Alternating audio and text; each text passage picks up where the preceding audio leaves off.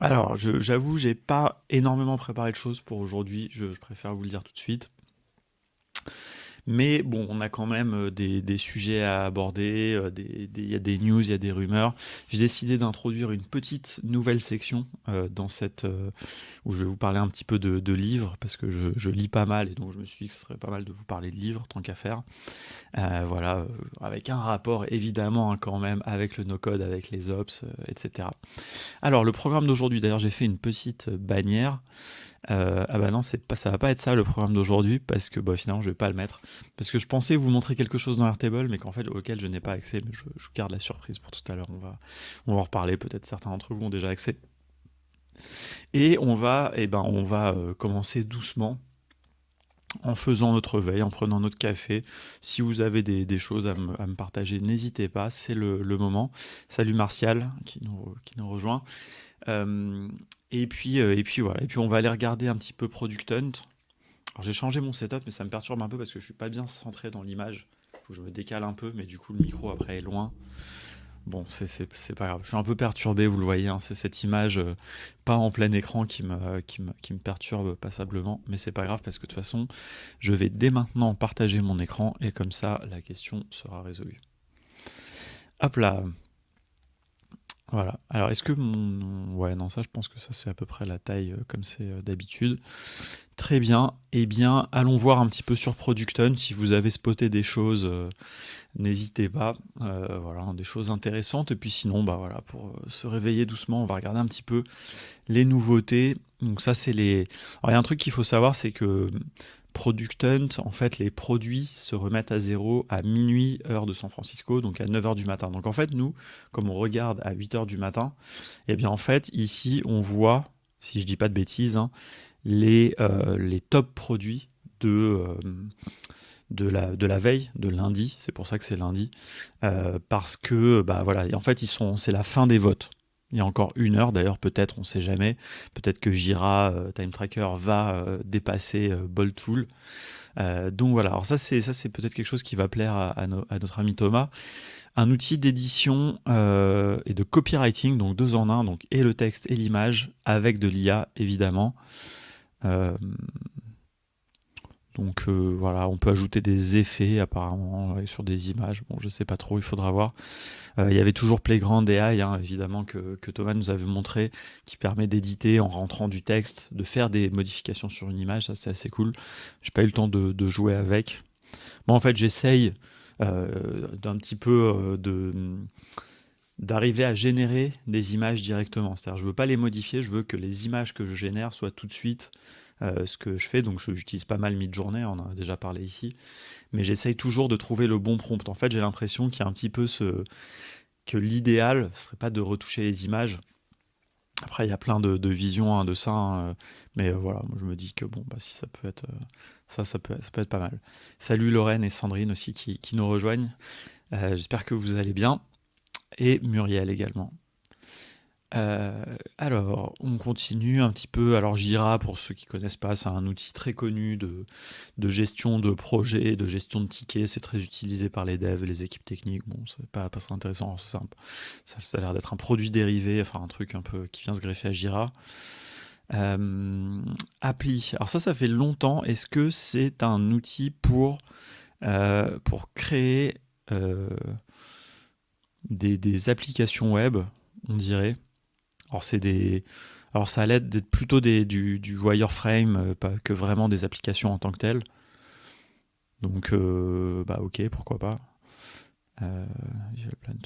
Ouais, donc c'est pour faire des wireframes. Donc c'est marrant parce que donc ça veut dire qu'il y a toujours, à l'heure où, il faut que je fasse attention à pas mettre des coups dans la caméra, à l'heure où on a des outils qui permettent de faire des applications mobiles comme Draftbeat, comme Dalo, comme Flutterflow qui sont très puissants, eh bien on voit qu'il y a toujours quand même aussi des choses qui sortent pour permettre de juste faire des maquettes animées, enfin des maquettes quoi, statiques. Et donc c'est intéressant parce que j'ai envie de dire quelque part, alors c'est peut-être un peu bête hein, ce que je vais dire, mais il y a sûrement un usage pour ce produit-là. Mais si je voulais faire ça, très franchement, je le ferais dans Adalo, quoi, en fait, direct. Même quitte à faire quelque chose qui marche pas, Adalo, au moins, même si c'est pas hyper robuste hein, d'un point de vue perf et tout, par contre, ça permet de très vite designer des écrans. Bah, autant faire des fausses, enfin, une vraie appli qui marche pas, que des écrans comme ça. Alors ça va peut-être un peu plus vite là, je sais pas. Mais bon, voilà. Et alors je trouve que le titre est vraiment trompeur. Un Make Your Mobile App Happen, bah, tu fais pas vraiment des applications, quoi. Ouais, bon, ok.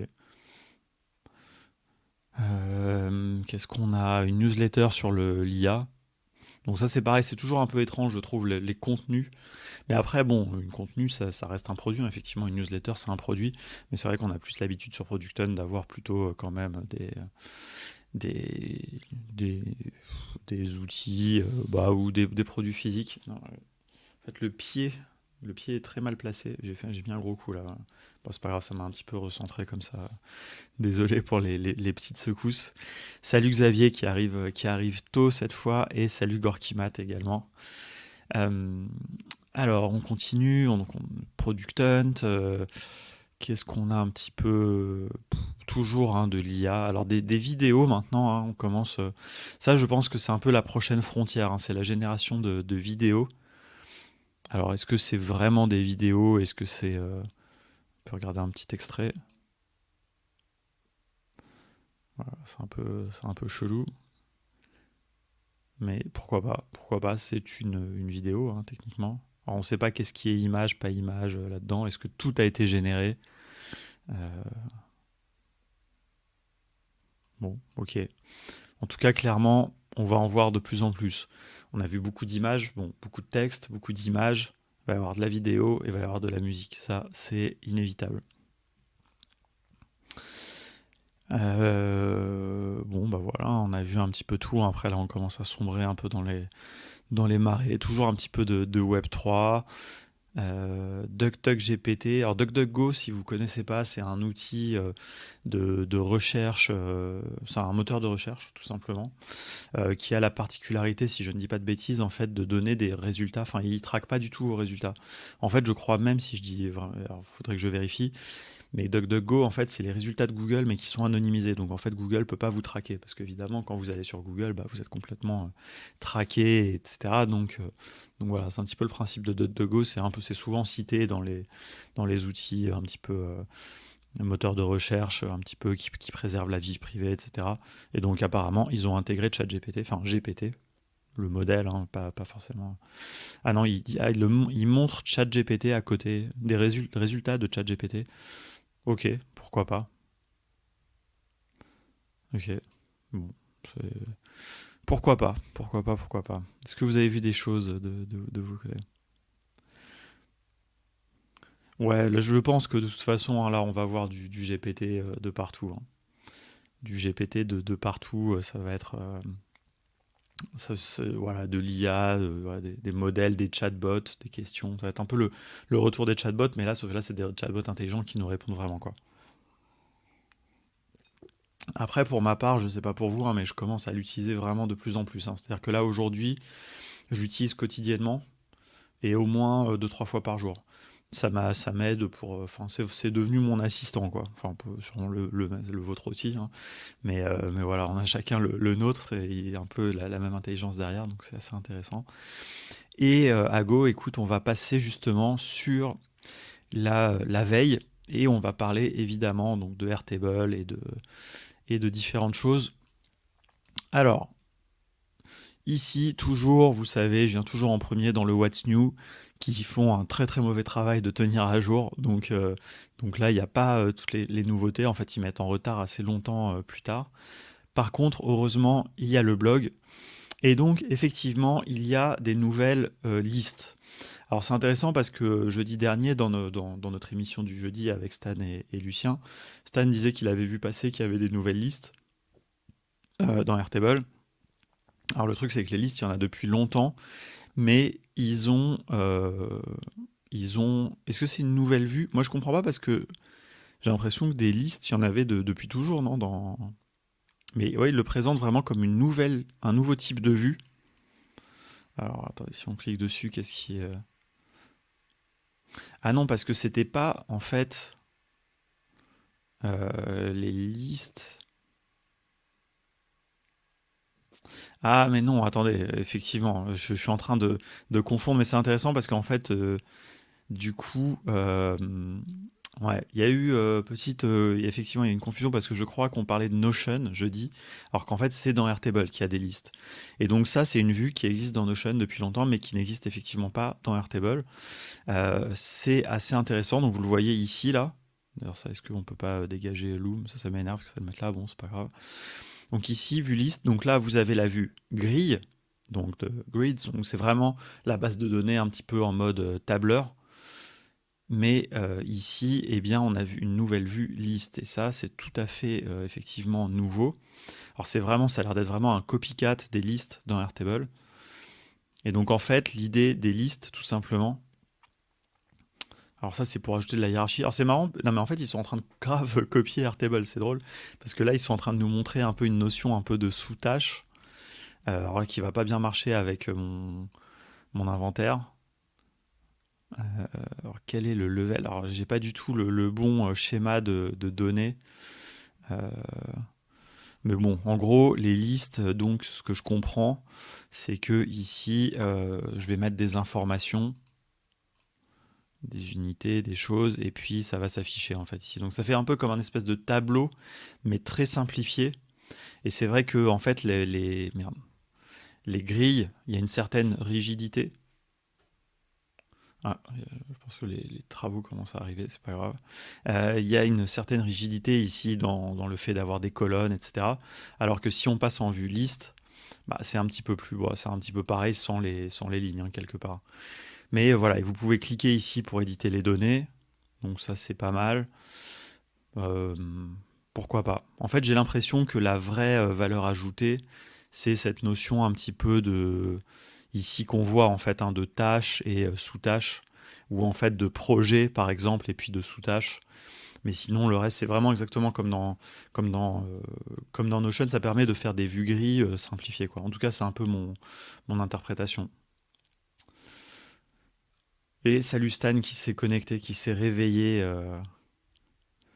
Bon, mais oui, voilà, Stan, donc c'est bien. Mais effectivement, donc il y a eu une confusion entre Notion et Airtable, mais donc ça, c'est effectivement tout à fait nouveau. En fait, il y a deux choses en une, hein, donc je répète. Donc il y a vraiment cette vue liste qui est un tableau très simplifié. Et puis il y a cette notion un petit peu de hiérarchie, vous voyez, hein, à chaque fois, et où on peut faire comme un accordéon sur les informations. Donc ça peut être très intéressant dans les tâches, sous-tâches, projets, sous-projets, enfin, dès que vous avez une hiérarchie que vous voulez matérialiser, probablement à travers une relation, mais voilà, ça c'est intéressant. Donc là, il donne des exemples, hein, budget management, les calendriers, par exemple, on pourra avoir les mois et les jours, voilà, des choses comme ça. Donc, voyez, à chaque fois, ils font ça, hein. Donc, clairement, l'intérêt de la liste, ça a l'air d'être quand même plutôt ça, quoi. Pour les OKR, par exemple, donc on pourra avoir les objectifs et ensuite les sous-objectifs ou les résultats associés, plein de choses différentes. Bon, bah voilà, c'est intéressant. Je vous mets le lien dans le chat. Hop là.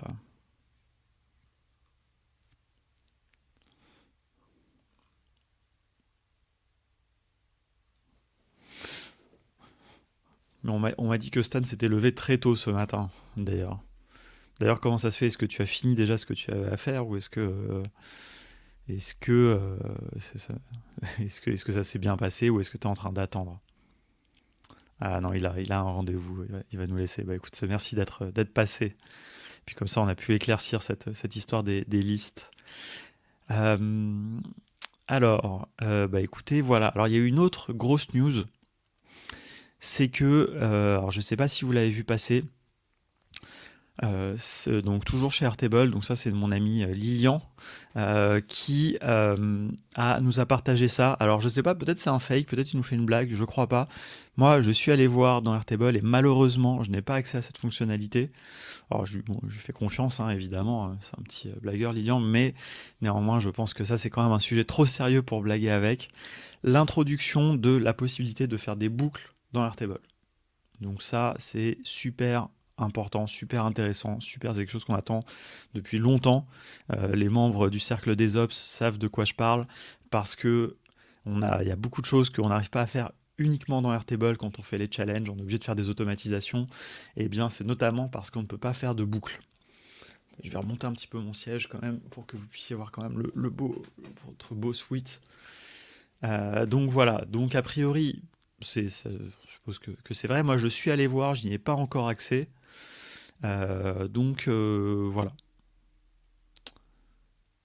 Donc, comment ça fonctionnerait? A priori, c'est qu'on peut faire des groupes d'actions et probablement, en fait, donc ce qu'il faut savoir dans Airtable quand on fait des automatisations, c'est que quand on fait donc il y a une il y a une action qui s'appelle Find Records au pluriel, donc qui va chercher des enregistrements qui correspondent à à un, à des critères, à des choses comme ça. Donc vous allez toujours, en général, récupérer plusieurs enregistrements. Sauf que jusqu'ici, vous pouviez ensuite que continuer à faire des actions unitaires derrière, et donc potentiellement utiliser uniquement la liste de ces enregistrements, par exemple pour faire un récap dans un email ou un truc comme ça, mais vous ne pouviez pas faire itérer, comme on dit, donc faire une boucle qui va travailler sur chacune de ces enregistrements que vous avez récupérés dans votre Find Records. Donc ça permettrait de faire ça. Et donc c'est assez intéressant la manière dont il le présente, c'est-à-dire on peut mélanger à différents stades de son automatisation, soit des actions conditionnelles, donc de la logique. Ça, c'était une super fonctionnalité qu'ils ont ajoutée, hein, c'était franchement génial. Le fait vraiment de pouvoir faire, dire si certaines conditions sont remplies, je vais uniquement faire telles actions et sinon d'autres. Et là, en plus, eh bien, la possibilité de faire des boucles. Bon, là, franchement, ça devient vraiment génial. Donc, moi, je suis vraiment très très enthousiaste depuis longtemps, hein, sur Airtable et sur les automatisations. Je trouve que c'est un outil tout en un qui commence à être très puissant. Alors évidemment, la partie interface est grandement à la traîne, mais ça viendra. Et puis on a d'autres choses pour faire les interfaces. Par contre, faire des automatisations dedans, c'est vraiment absolument génial.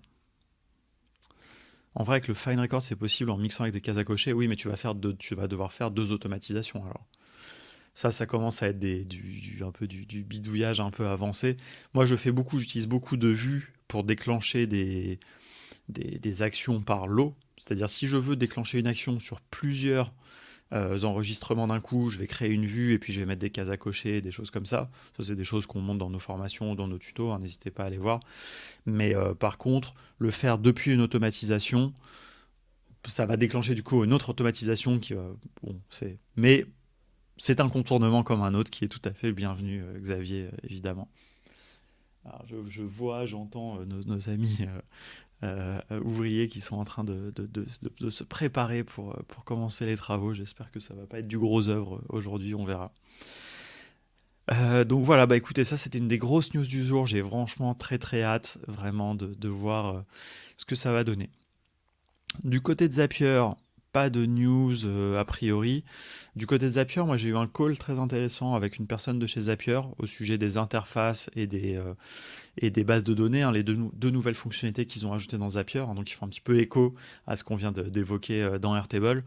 Euh, une très belle chose qui arrive, voilà, ils sont en train d'itérer très vite, ils sont en train d'ajouter notamment des formules par exemple dans les bases de données, les petites bases de données qu'il y aura dans Zapier, ils sont en train de développer plus les interfaces, enfin, franchement moi je trouve ça très prometteur, même si je sais qu'il y en a beaucoup d'entre vous qui n'aiment pas Zapier ou qui préfèrent Make.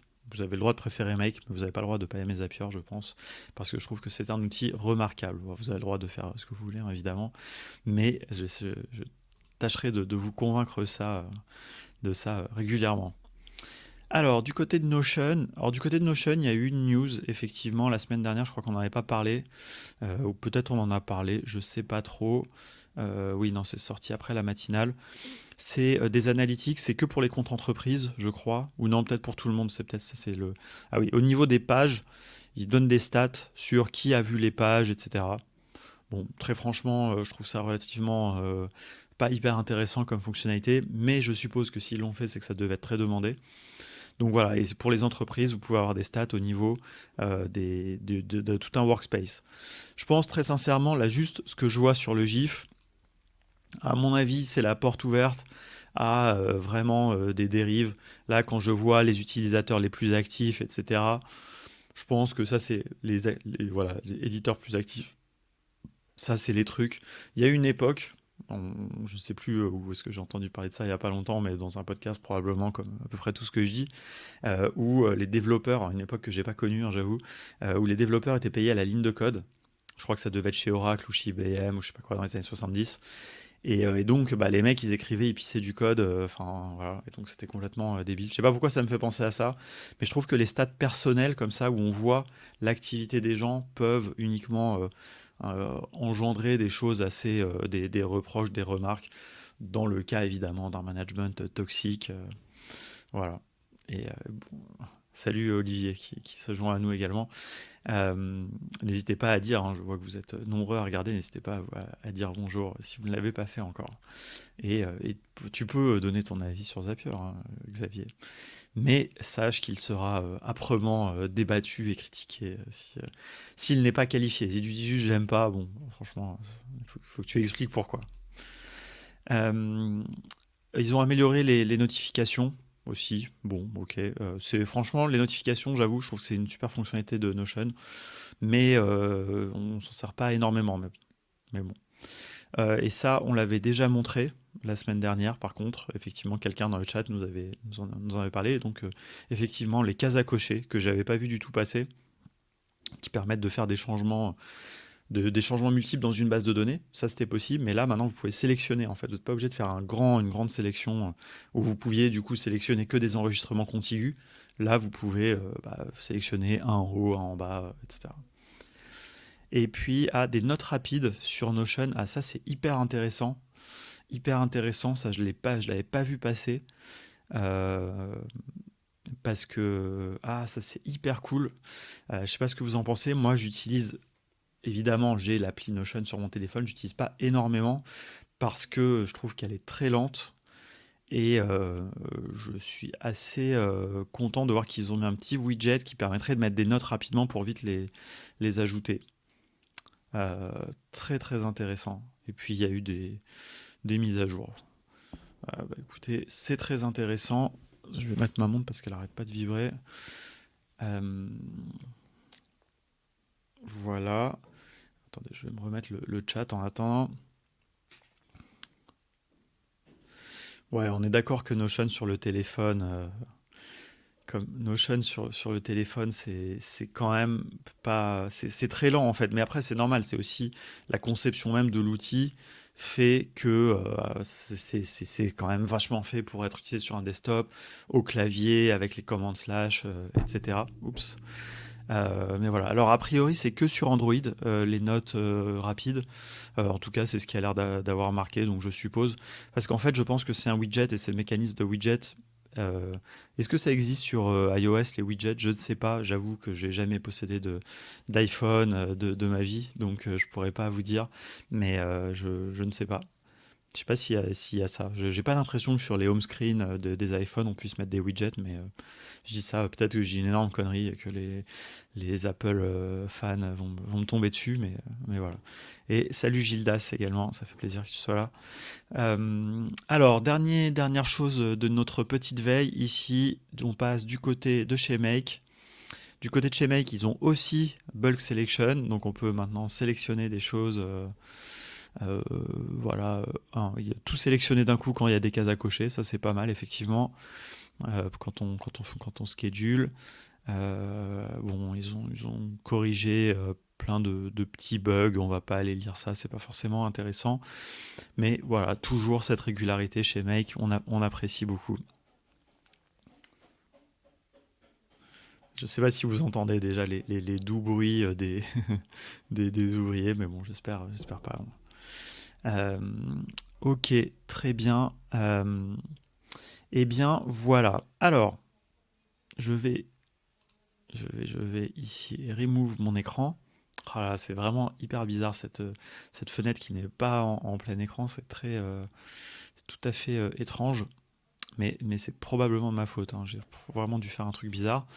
Euh, ouais, non, c'est pas ça, c'est bon.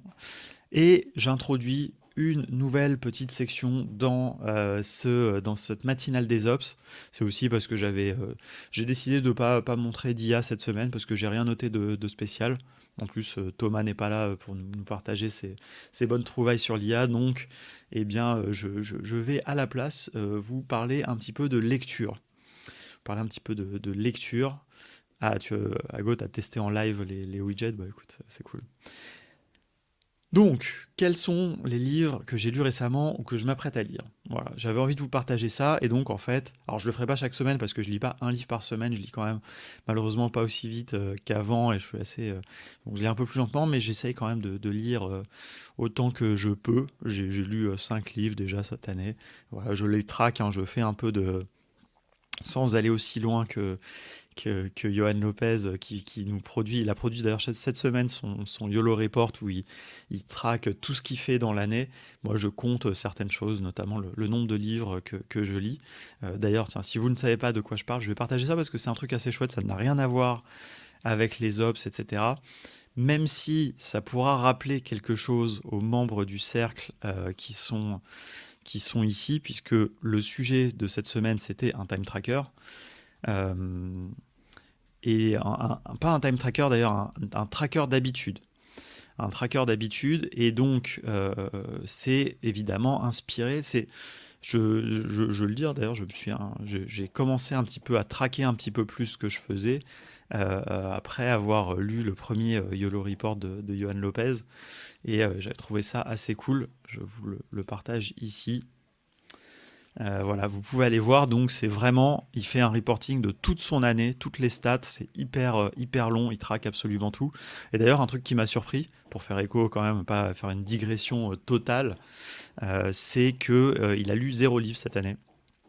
Voilà. Et donc ça, c'est un petit peu le dilemme des fois des entrepreneurs. On n'a pas le temps de lire quand on est pris dans les projets. Mais c'est tout à fait dommage. Et donc, pour vous inspirer ça, eh bien, je vais vous montrer ce que j'ai lu pour ma part cette année. Alors, hop, on remet les vidéos. Alors ça c'est le YOLO Report, hein. Donc vous pouvez voir ici, il a un post sur LinkedIn qui était très intéressant. Donc vous voyez, il traque le nombre de temps qu'il a passé, le nombre de temps qu'il a dormi, etc., ses revenus. Il a publié plus de livres qu'il n'en a lu, c'est drôle. Voilà, donc il a publié un livre, L'effet Snowball, et chez Erol d'ailleurs, comme nous. Donc c'est cool. Et voilà.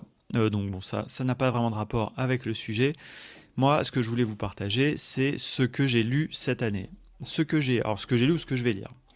Alors, le premier livre que j'ai lu, c'est une nouvelle en fait, plutôt que vraiment, c'est un livre assez court. Désolé pour les petits bruits. Hop, on va rapprocher comme d'habitude le micro pour essayer de passer un peu en mode ASMR et qu'on capte pas trop les bruits autour. Alors pour répondre à Xavier, il dit aussi qu'il a écouté beaucoup moins de podcasts qu'avant, donc a priori, et il disait d'ailleurs que c'était corrélé au fait que je crois qu'il a une tendinite ou quelque chose comme ça. C'est hyper bizarre, je parle de lui du coup comme si je connaissais, comme si j'étais pote. Alors, j'ai déjà eu l'occasion de le rencontrer, c'est quelqu'un que j'apprécie, mais je le connais pas du tout aussi bien que ça. Mais donc il explique dans son report qu'il a une tendinite. Et du coup, il n'a pas pu courir autant, et donc comme il n'a pas couru autant, il n'a pas autant écouté de podcasts. Donc voilà, j'ai trouvé que la corrélation était intéressante, mais il met les temps aussi qu'il a couru, etc., les distances. Donc voilà. Alors moi, le premier livre que j'ai lu, c'est La vague montante. Alors tout ne va pas être lié complètement directement au code et au no-code, mais donc il faut savoir, c'est que je suis un grand fan de science-fiction, et donc voilà, Marion Zimmer Bradley, c'est une autrice de science-fiction extrêmement connue, culte, classique, j'ai envie de dire. Et en fait, j'avais entendu parler, donc c'est une nouvelle qui a été écrite dans les années 50, et qui est très intéressante par rapport au sujet actuel que l'on vit de développement durable, de limites écologiques de la Terre, qui parle de toutes ces choses-là, et un petit peu de les efforts qu'on doit faire pour devenir un petit peu plus vertueux, la sobriété, on en a parlé aussi pas mal dans les médias. Donc voilà, et donc c'est intéressant dans cette nouvelle, qui est une nouvelle de science-fiction, c'est un équipage donc qui est parti en fait à la conquête d'une planète et qui revient 2000 ans plus tard sur Terre, et il se rend compte que sur Terre, au lieu d'avoir un développement technologique comme ils s'attendaient, comme eux ont eu en fait sur la planète qu'ils ont colonisée, et bien sur Terre ils sont revenus à un mode de vie beaucoup plus frugal, beaucoup plus sensé. Ils travaillent moins, ils travaillent dans les champs. Bon, je vous le fais un peu résumé. Et c'est très intéressant. Franchement, ça se lit très bien, c'est assez rapide. Donc voilà, c'est la petite minute book club. Je sais plus comment les émissions, comme l'émission de Bernard Pivot, La Grande Bibliothèque, ou toutes ces choses-là. Voilà. Voilà, ça c'était un roman. Je pense que généralement, quand je ferai cette petite séquence, je vous parlais quand même un peu moins de romans, mais bon voilà, ça c'est le livre que je viens de finir, donc je voulais le partager, et les prochains livres que je vais lire. Alors le prochain livre que je vais lire, en fait, c'est celui-là, je suis déjà en train de le lire. C'est un livre qui s'appelle Low Code No Code, qui est sorti à peu près en même temps que notre livre sur le no code, d'un auteur américain qui s'appelle Phil Simon. Alors attendez, je vais vous mettre les liens d'ailleurs, quand même, au cas où ça vous intéresserait. Je devrais faire des liens d'affiliation comme les vrais blogueurs, mais voilà, c'est pas très intéressant. Je vous mettrai pas des liens Amazon pour aller acheter vos livres. C'est pas la peine. Et donc, le Low Code No Code de Phil Simon, donc c'est des gens dans la communauté, je crois que c'est Samantha qui en avait parlé dans le Slack, je l'avais pas du tout vu passer. Et c'est un livre sur, comme son nom l'indique, le low code et le no code. Mais ce qui est très intéressant, j'en suis un tiers à peu près, c'est que c'est pas du tout le même angle que notre livre. Alors pour certains d'entre vous, je le sais, l'ont peut-être déjà lu, en tout cas l'ont acheté. Merci Arnaud également. Donc voilà, donc ah oui Arnaud, toi, t'as aussi, je me souviens que tu avais rebondi, tu as aussi acheté celui-là, si je dis pas de bêtises. Donc moi j'ai commencé à lire donc ce livre, donc j'étais intéressé forcément évidemment. Écoute, tu nous diras, une fois que tu auras lu celui de Phil Simon, tu pourras nous dire un petit peu ce que tu as pensé de la différence. Et donc voilà, moi ce que j'ai trouvé qui était très intéressant, c'est que c'est complètement un autre angle, parce que c'est beaucoup plus low code que no code quelque part, même s'il parle quand même d'outils no code aussi, mais c'est vraiment l'approche entreprise. Lui en fait il appelle ça les workplace tech, c'est-à-dire tous les outils, toute la tech qui va dans le bureau en fait. Et quand il parle de bureau, c'est pas les PME, les TPE, c'est vraiment plutôt les grandes entreprises, c'est souvent des contextes de DSI, etc. Donc c'est assez intéressant. Vous voyez, d'ailleurs, déjà dans le sous-titre, il parle de citizen developer, qui est un mot que nous, on n'utilise pas du tout, que moi, je suis un peu, sur lequel je suis un peu mitigé, parce que je trouve ça, c'est un mot qui s'applique, qui a été popularisé par je sais pas qui, par Gartner ou Forrester, ou ce genre d'institut, là, de prédiction, je sais même pas trop comment ça s'appelle, tous ces cabinets de conseil. Et donc voilà, et moi je trouve que citizen developer, c'est un mot qui n'est pas du tout adapté, parce que ça désigne normalement les gens dans les entreprises qui ne sont pas techniques, qui font des applications. Très franchement, il n'y a rien de citoyen quand on est dans un grand compte à développer un CRM ou je sais pas quoi pour son entreprise. Je trouve que c'est un petit peu, c'est un mot qui est un peu, qui n'est pas très utilisé. Après, voilà, c'est personnel. Par contre, je suis d'accord qu'il faut désigner évidemment les gens qui utilisent les outils no-code, low-code, etc. Mais voilà, moi personnellement, j'en suis pas fan. Je trouve que citoyen développeur, ça devrait dire d'autres choses, et notamment peut-être mettre à profit ses talents de développeur à destination de la cité plutôt, et pas de l'entreprise, quoi. Mais bon. Voilà, on va pas rentrer dans des débats sur les mots, mais voilà, un livre très intéressant, donc que je suis en train de lire. Je vous dirai quand je l'aurai terminé. Ensuite, ce que j'ai prévu de lire, c'est un livre blanc qui a été publié par une agence no-code qui s'appelle Bienfait, que je ne connaissais pas à vrai dire. Je crois que c'est Stan qui avait spoté ça, ou voilà, qui est un livre donc vous pouvez l'avoir, vous pouvez vous inscrire pour le recevoir, et qui est 90 pages à peu près. Voilà, c'est ça. Il y a beaucoup de sources. Franchement, pour l'instant, je l'ai juste survolé. Mais c'est la première fois où j'ai l'impression qu'il y a quelque chose que je vais avoir envie de lire sur ce sujet. Parce que très franchement, jusqu'ici, alors l'éco-conception, le green IT, tout ça, c'est un vrai sujet, c'est un vrai truc. Mais pour l'instant, dans le no-code, en tout cas, personne n'a vraiment pris le temps de faire vraiment une enquête approfondie là-dessus. On n'a pas accès à beaucoup de données, donc il faut faire vraiment des recherches. Donc j'espère que c'est ce qu'ils ont fait. J'ai hâte de lire en tout cas. Donc voilà, mais c'est vrai que c'est tout un débat entre est-ce que c'est mieux d'utiliser des outils no-code, ou est-ce que c'est mieux de faire développer. Et en fait, après, on rentre dans un puits sans fond, parce qu'il y a tellement de niveaux, déjà au niveau vraiment des applis développées, etc., que bon, c'est quand même pas évident. Mais voilà, je vais pas me prononcer trop pour l'instant. J'ai beaucoup effectivement un petit peu d'a priori, de préjugés sur ce sujet, mais j'espère que eux l'ont bien traité. Je serais très content de le partager, et peut-être même de les inviter pour en parler dans un podcast ou quelque chose comme ça. Et enfin, le dernier livre, c'est un livre que je connaissais d'ailleurs depuis longtemps, à vrai dire. C'est un livre, je pense, qui date des années 2010, 2015, peut-être, quelque chose comme ça. et que j'ai jamais lu au final, que je devais lire. C'est un livre un peu plus au sujet, en fait, sur la gestion de projets IT en général, donc des projets informatiques, un petit peu avec l'angle du DevOps. En fait, c'est des gens qui viennent du DevOps qui l'ont publié. C'est un livre assez culte. Je crois qu'il est disponible d'ailleurs gratuitement, hein, si je dis pas de bêtises. Euh, donc voilà, qui s'appelle The Phoenix Project. Et en fait, j'y ai repensé parce que c'est dans un article très intéressant publié récemment par Aaron Corenblit de chez Webflow, qui est un expert en automatisation, qui parle beaucoup de ces choses-là. Ah, j'ai un petit problème. Je ne sais pas si vous avez reçu le. Alors, il y a un problème dans l'envoi de ce message, c'est pas grave. Ouais, voilà, c'est bon. Voilà, qui parlait de ça en fait, et il citait ça comme exemple, parce qu'en fait, quand on parle d'automatisation, de workflow, bah, on est souvent dans un contexte de gestion de projet informatique.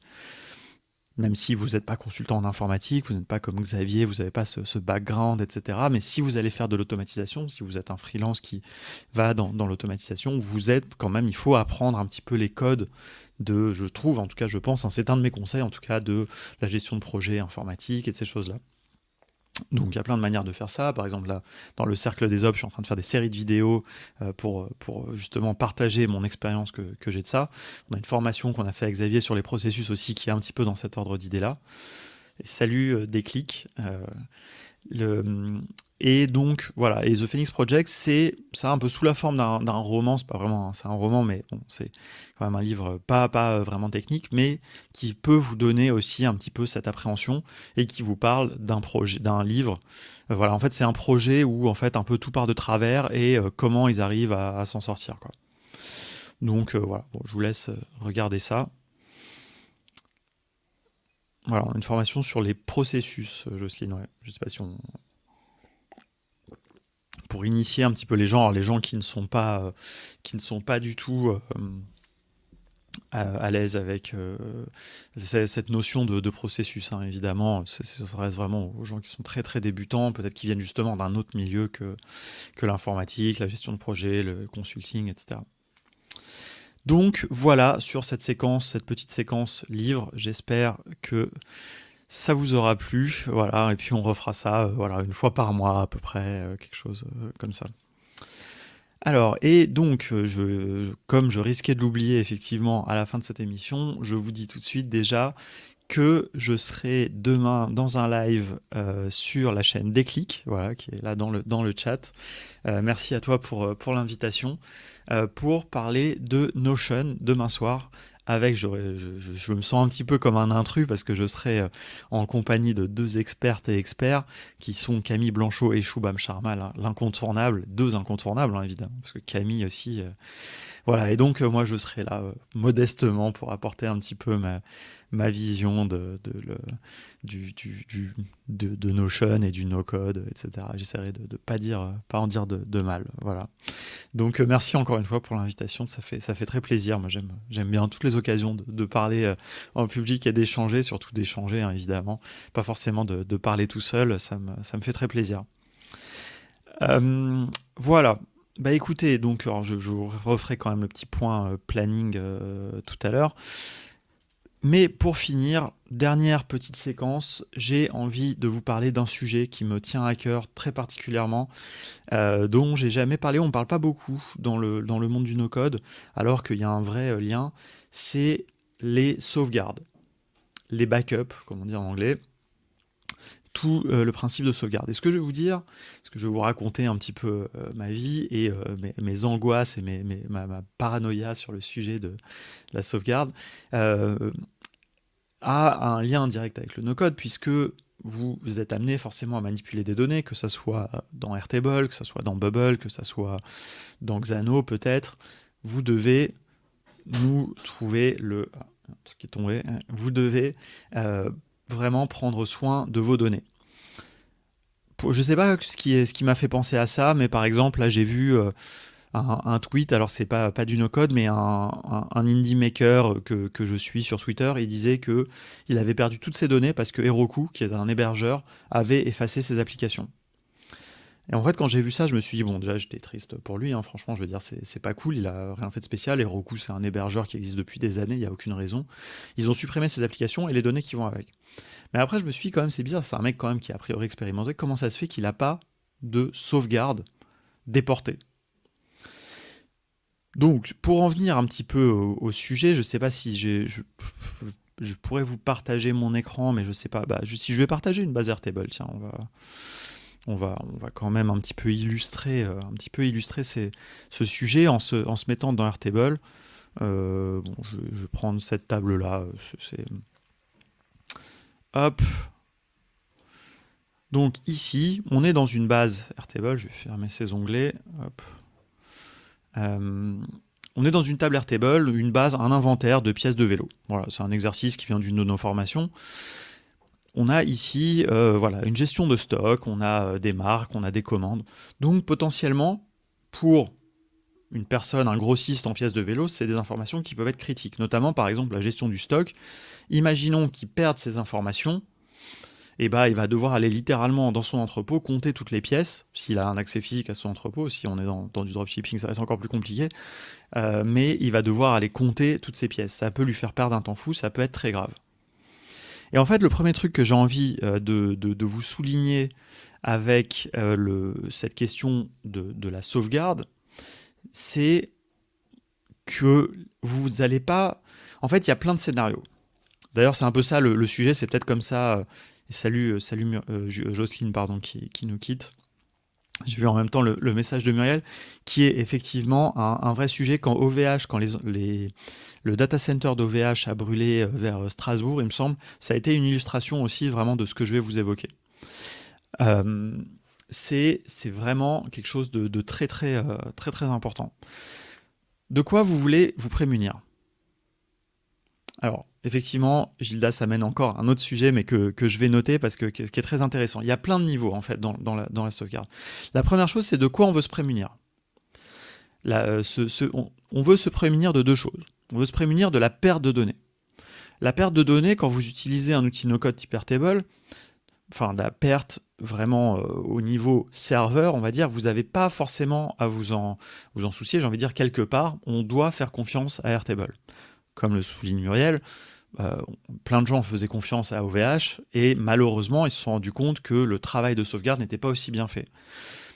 Je reviendrai là-dessus après, mais sur Airtable, on va estimer qu'ils font ça bien. Ils ont des certifications de sécurité SOC 2, ISO, etc. Font ça. C'est un enjeu majeur pour eux. On peut imaginer qu'ils font ça bien. Mais déjà, premier niveau de paranoïa, vous avez le droit de vous dire que ça, c'est pas vrai. Et quand je dis paranoïa, c'est pas du tout un terme négatif. Dans ce contexte-là, mieux vaut être un petit peu parano. Moi, personnellement, je le suis assez particulièrement, même si j'avoue que dans Airtable, un peu moins. Mais donc, voilà. Alors, ce qu'il faut savoir dans Airtable, c'est quand vous êtes dans une version pro, vous avez ici un historique et donc vous avez des snapshots réguliers. D'ailleurs, j'ai pas pris de snapshot, mais donc là, par exemple, je peux prendre un snapshot et donc je vais avoir un snapshot de cette base qui va être gardé pendant un an. Un snapshot, c'est une photo à un instant T. Donc ça, c'est un backup. Vous l'aurez compris, évidemment, ça ne vous prémunit pas s'ils perdent toutes leurs données, ça ne changera rien puisque votre sauvegarde, elle est dans Airtable. Mais ça, en fait, ça vous prémunit d'un autre truc qui est l'effacement accidentel de données. Imaginons ici, je fais supprime et je ferme ma fenêtre, ou je sais pas, mon ordinateur plante à ce moment-là, j'ai pas le temps de faire un CTRL-Z, et c'est perdu. Donc là, c'est les fonctionnalités d'historique et d'archivage interne de Airtable qui vont vous aider. Donc ça, c'est le niveau de sauvegarde numéro 1. Mais imaginons que vous n'ayez plus ça, eh bien, vous devez pouvoir avoir des solutions. Donc ça, c'est vraiment important. C'est comprenez bien que la sauvegarde, c'est pas uniquement pour se prémunir de choses aussi dramatiques, catastrophiques qu'un incendie dans un data center, c'est aussi pour se prémunir d'effacement accidentel ou de la corruption de données. Ça, c'est un autre truc qui peut arriver. Imaginons, donc ici dans cet exercice par exemple, on mettait en place un webhook pour que des prestataires externes viennent mettre à jour le stock. Imaginons que vous ayez un prestataire qui fait une fausse manip et qui met n'importe quoi. Il ne vous le dit pas, vous vous en rendez pas compte, 2 semaines se passent, et donc vous n'avez plus accès à l'historique. Par exemple, si vous êtes sur un plan gratuit, enfin voilà, où vous dépassez, en tout cas, vous vous en rendez pas compte assez tôt. Imaginons, même peut-être vous pouvez laisser passer un an. Parce que des fois, il y a des modifications. Ici, si je mets 8 ici, c'est invisible. Moi, si je suis pas derrière mon ordinateur au moment où ça change, je le verrai pas. Et donc ça, vous voyez, il n'y a pas de perte de données. Là, il y a une corruption de la donnée. Ce n'est pas la valeur qu'il fallait. Je m'en suis pas rendu compte. Et donc, je vais plus tard plus pouvoir revenir en arrière. Donc, voilà un peu, en gros, la problématique déjà dont on va essayer de se prémunir. Alors, attendez, je regarde un petit peu parce que du coup, il y a eu plein de commentaires en même temps. J'étais parti dans ma démonstration. Voilà. Donc, ensuite, comme ici le souligne Xavier, donc il va y avoir 2 sujets à partir de là. Donc maintenant que vous êtes conscient de la problématique, il peut y en avoir d'autres, hein, mais bon, on va pas creuser tant que ça. Là, le but c'est de vous faire une petite piqûre de rappel quelque part, ou juste de vous partager ça. Hein. Je trouve que c'est un sujet vraiment intéressant. Maintenant, il y a 2 choses. Il y a une chose, c'est de savoir faire les backups. La deuxième chose, c'est ce qu'évoque Xavier, donc c'est les sujets de PRA, PCA, c'est les plans de reprise sur accident, je crois, si je dis pas de bêtises, je ne me souviens plus exactement de l'acronyme, mais en gros, c'est comment est-ce qu'on va récupérer.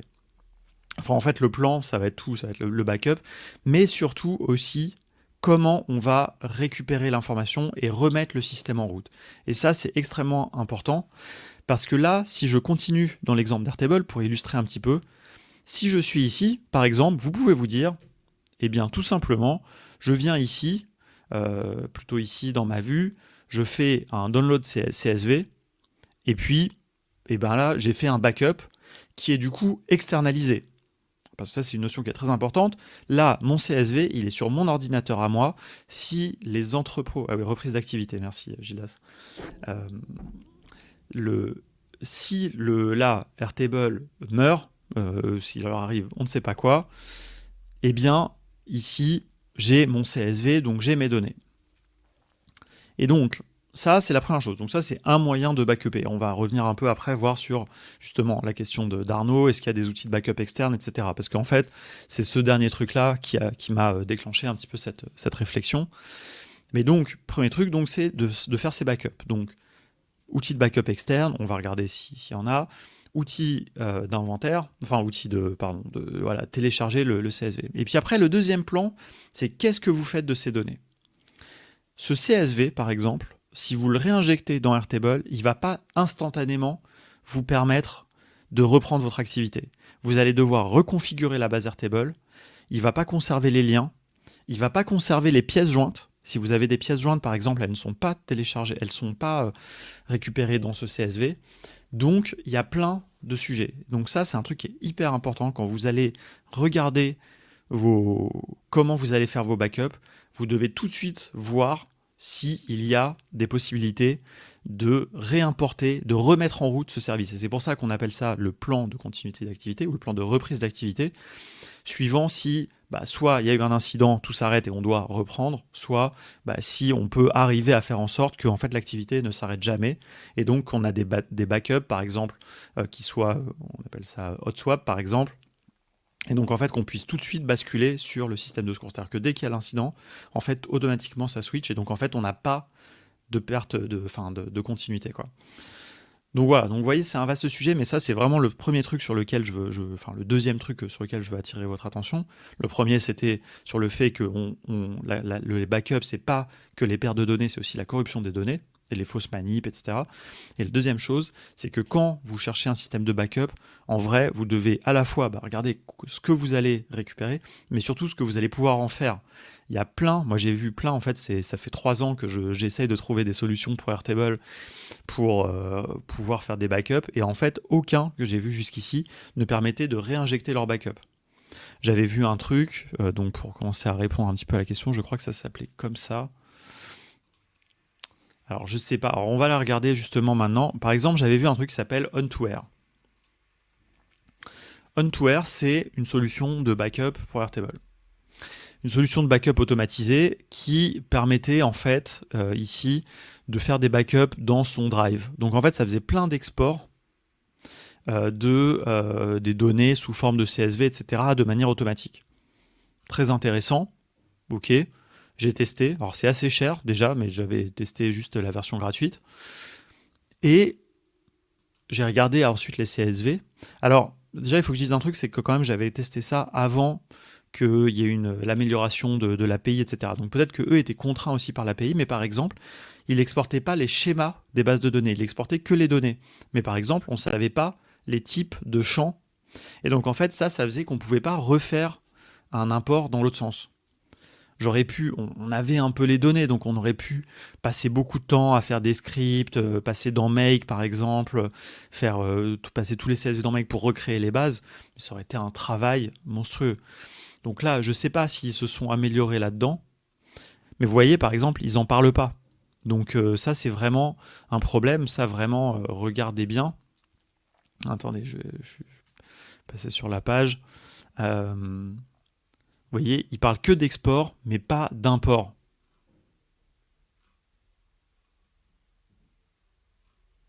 On regarde, vous voyez, c'est quand même incroyable. Donc ça, vraiment, soyez extrêmement vigilants à ça. Ça, c'est vraiment super important. Donc voilà. Et l'autre outil que j'ai vu, justement, qui s'est, je crois, lancé sur Product Hunt cette semaine ou un truc comme ça, c'est un outil qui s'appelle WhaleSync et qui, lui, alors attendez, semble faire donc ce qu'on appelle la synchronisation dans les deux sens, le two-way sync. Alors, ça va au-delà, en fait, un petit peu de ce que j'évoque sur les backups, mais j'en profite au passage, parce qu'en fait, ça permet de synchroniser plusieurs outils no-code entre eux. Donc, par exemple, vous pourriez déporter votre backup de Airtable dans Bubble. Ou alors, vous pouvez déporter votre backup Airtable dans une autre base Airtable. Ce qui, dans le cas de la sauvegarde, ne résout pas forcément votre problème. Ou alors, plus intéressant, vous pouvez déporter vos backups dans une base Postgre que vous allez opérer vous-même. Et donc, si je prends cet exemple-là, et je vais finir un peu là-dessus parce qu'il est déjà 9h et qu'il va être temps d'aller travailler, imaginons que je fais un scénario un peu parano, et je serais curieux aussi d'avoir votre avis. Je ne suis pas non plus un expert de la question, mais je serais curieux d'avoir votre avis. Là, je vois qu'il y a des gens qui connaissent dans le chat, Xavier, Gildas, Arnaud, sûrement, tous ces sujets-là. Moi, ce que je ferais là, par exemple, si j'avais vraiment des données critiques dans mon Airtable, c'est que je ferais un serveur dédié avec une base Postgre dessus. Donc voilà, un serveur dédié sur DigitalOcean où j'activerai les backups réguliers et les snapshots. Je ferai une synchronisation tous les jours. En fait, je ferai plusieurs tables. Et en plus, ça, c'est le dernier truc qu'il faut bien comprendre. Si vous voulez vous prémunir de la corruption, de l'effacement des données, des corruptions, il faut que vous fassiez des backups. Ça a un nom, calendrier. En fait, c'est-à-dire qu'il ne faut pas que chaque jour vous écrasiez les données de la veille. Ça, c'est hyper important. C'est vrai d'ailleurs même pour Google Drive, pour ces choses-là. Enfin, si vous mettez en place des stratégies de backup, il faut absolument que vous fassiez des backups journaliers par semaine et par mois. J'explique. Donc, en fait, vos backups, ils vont se déclencher tout seuls. Donc, chaque lundi, vous allez avoir le backup du lundi. Chaque mardi, le backup du mardi, etc. À la fin de chaque semaine, vous gardez un backup de la semaine. Et à la fin de chaque mois, vous gardez un backup du mois. Et puis tous les lundis, le lundi suivant, vous écrasez le backup du lundi, puis vous écrasez le backup du mardi, etc. Donc comme ça, sur une semaine, vous avez des backups tous les soirs. Si vous êtes vendredi, vous vous rendez compte qu'il y a... Attendez, je vais mettre WhaleSync sur l'écran. On va regarder après, mais je continue, je vous mets ça en même temps, vous pouvez regarder. Si vous avez... je fais un scénario. Par exemple, vous êtes vendredi, vous vous rendez compte que vos données sont corrompues. Ça arrive d'ailleurs aussi avec les ransomware, les choses comme ça. Par exemple, vous vous rendez compte que tous vos fichiers sur votre drive ont été chiffrés, et puis il y a un mec qui vous demande 4 bitcoins pour les déchiffrer, quoi. Ou alors que vos données Airtable ne sont plus du tout à jour, l'inventaire a été effacé. Et bien, vous savez pas quand l'incident a eu lieu. Si c'est le lundi que ça a eu lieu et que vous faites des backups qui écrasent tous les jours, et bien en fait dès le mercredi en réalité vous avez perdu les informations puisque vous les avez écrasées, elles étaient présentes pour la dernière fois que dans le backup du mardi. ou elles étaient déjà plus présentes dans le backup du mardi. En fait, si l'incident a eu lieu le lundi, c'était dans le backup du dimanche soir qu'il y avait les dernières fois les infos. Donc vous voyez, si vous avez fait des backups par jour, eh bien vous allez pouvoir remonter l'information parce que vous n'aurez pas écrasé. Vous en aurez certains, vous aurez le backup du lundi, du mardi, etc. qui auront l'information, mais vous aurez toujours votre backup du dimanche. Donc vous pourrez revenir en arrière. Donc ça, c'est hyper important de vraiment avoir une stratégie. Donc ça, c'est des trucs un peu plus développés. Donc moi, je ferai ça dans des bases Postgre et éventuellement, la base de données Postgre, je ferai un backup par fichier sur un serveur Dropbox par exemple. Voilà. Et donc là, j'ai des données qui sont dans Airtable. S'il y a un problème avec Airtable, j'ai mon serveur MySQL PostgreSQL qui permettent de réinjecter très rapidement. Ça peut être quasiment instantané avec Wellsync, je ne sais pas combien de temps ça dure, mais voilà. Et si vraiment je subis une attaque ou quelque chose comme ça, eh bien j'ai potentiellement le truc déporté qui peut aider, quoi. Donc voilà. Et dernière chose, à un moment que Xavier, je crois, l'a dit tout à l'heure, c'est très important d'avoir des backups à différents endroits. Ça, c'était vraiment une des erreurs incroyables qu'a fait OVH, c'est qu'il backupait le data center dans le data center. Et ça, j'ai une dernière anecdote là-dessus. Moi, j'ai fait un VIA à l'ambassade de France à Londres. Et donc, l'ambassade, c'est un contexte de sécurité important. Donc, on avait une stratégie de backup que je vous dis. C'est là que j'ai appris un petit peu les fondements de tout ça. Une stratégie de backup, donc, alors c'était sur des cassettes LTO pour les anciens peut-être qui connaissent. Donc, c'est des serveurs qu'on backupait. Et à la fin de chaque semaine, je devais prendre une des cassettes et j'allais à l'ambassade, parce qu'en fait, moi, j'étais à la mission économique, donc c'était dans un autre bureau, et j'allais à l'ambassade mettre cette cassette dans un coffre ignifugé. Et donc, c'est-à-dire que s'il y avait un incendie, un problème à la mission économique, eh bien, à l'ambassade, il y avait une cassette qui avait peut-être pas les toutes dernières données, mais qui avait au moins les données de la semaine d'avant pour pouvoir relancer l'activité. Et s'il y avait un incendie dans tout Londres, eh bien, le coffre était quand même ignifugé au cas où. Voilà. Donc vous voyez, ça c'est vraiment hyper important de noter ça. Donc voilà, j'avais noté un autre truc. Oui, voilà. Donc Gildas tout à l'heure, poser une question. Donc les sauvegardes et la possibilité de travailler avec ces sauvegardes hors ligne si on a un problème avec le réseau.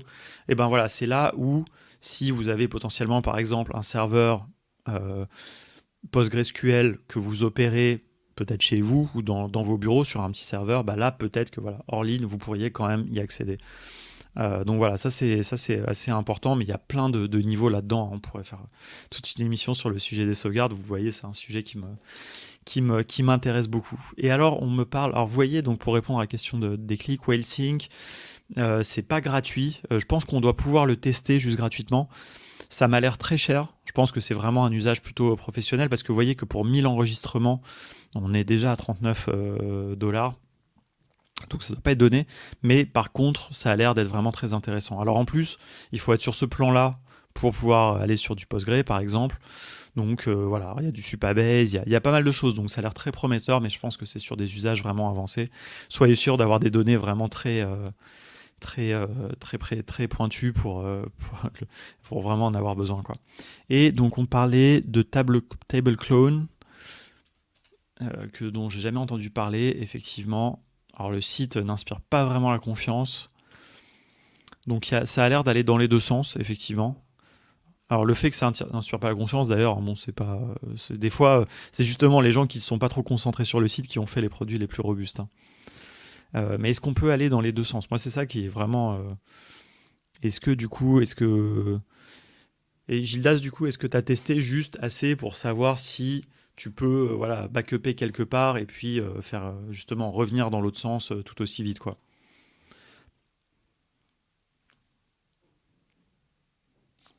Ok, bon, il y a plein de choses. Bon, écoutez, merci pour ce sujet. J'espère que c'était un peu technique pour certains. J'espère quand même que ça vous a intéressé. C'est un sujet, moi, que je trouve hyper intéressant parce qu'en fait, là, ce que je vous ai dit, moi, j'applique une stratégie comme ça aussi à mes fichiers, hein. J'ai un serveur Nextcloud je sauvegarde mes fichiers perso et puis j'ai un backup déporté. Donc voilà, donc, certes, je suis un petit peu parano, mais voilà, comme on dit, mieux vous prévenir que guérir. Et sur cette bonne parole, on va s'arrêter ici pour cette émission. Je vous propose de nous retrouver. Alors, je vous ai pas donné de nouvelles de notre projet à Barcelone. Venez jeudi, on en parlera, je pense, dans le No Code Game. Notre projet de No Code House à Barcelone est devenu vraiment un festival. Ça n'est plus une No Code House, c'est vraiment le No Code Week, on est en train de caler toutes les soirées et on est en train de commencer à caler des petits déjeuners. Donc, il va y avoir des choses dans tous les sens. On a tous les plus grands éditeurs qui sont intéressés d'organiser quelque chose ou d'être présents ou d'avoir des ambassadeurs. Donc c'est absolument incroyable. Ça nous donne beaucoup de travail aussi, mais c'est assez génial. Euh, on a aussi un bootcamp sur les ops, ça vous le savez. On a demain, non, ce soir d'ailleurs, il ne faut pas que je me trompe, à 18h, une petite session d'information. Si ça vous intéresse, n'hésitez pas à m'envoyer un DM. Merci Audrey. Du coup. Et puis, eh bien, donc le programme Twitch de la semaine. Donc évidemment, ne ratez pas demain soir, donc sur le Twitch de Déclic, la session Notion sur Notion avec Camille, Choubam et moi-même. Euh, et, euh, qu'est-ce que. Attendez, juste, j'ai pas fermé. Je n'ai pas. Attendez, juste, je rouvre mon petit agenda. Je me suis perdu dans mes onglets. Voilà. Et évidemment, je dis Choubam, Camille et moi-même et Anthony qui anime, si je dis pas de bêtises. Et vous allez retrouver donc qu'est-ce qu'on a aujourd'hui. Aujourd'hui, il n'y a pas de live à midi, donc vous pourrez vous reposer, vous pourrez déjeuner tranquille, vous ne serez pas obligé de regarder nos codes France. Ce soir, retrouvez Stan à 21h, il vous racontera ce qu'il a fait ce matin et comment ça s'est passé. Demain, on a une émission de la Team Cube avec Clara. Jeudi, le No Code Game, la Bubble émission tout de suite après, et puis le live de Georges sur Xano, donc les jeudis, hein, toujours les belles après-midi. Et puis on a de l'IA vendredi, comme toutes les semaines, de midi à 13h, et puis ça sera le dernier show de la semaine. Et moi, je vous dis merci beaucoup. C'est très très cool de vous avoir aussi nombreux à participer et tout, voilà, dans ces sujets. Et puis, bah, écoutez, moi je vous dis à demain soir pour ceux qui seront là sur Déclic. Et merci encore pour l'invitation. Et à la semaine prochaine. J'ai une petite surprise pour la semaine prochaine. Je vous le dis pas encore ce que c'est, mais j'ai une petite surprise pour la matinale de la semaine prochaine. Ça sera un format un petit peu différent qu'on va tester. Voilà, allez, à bientôt.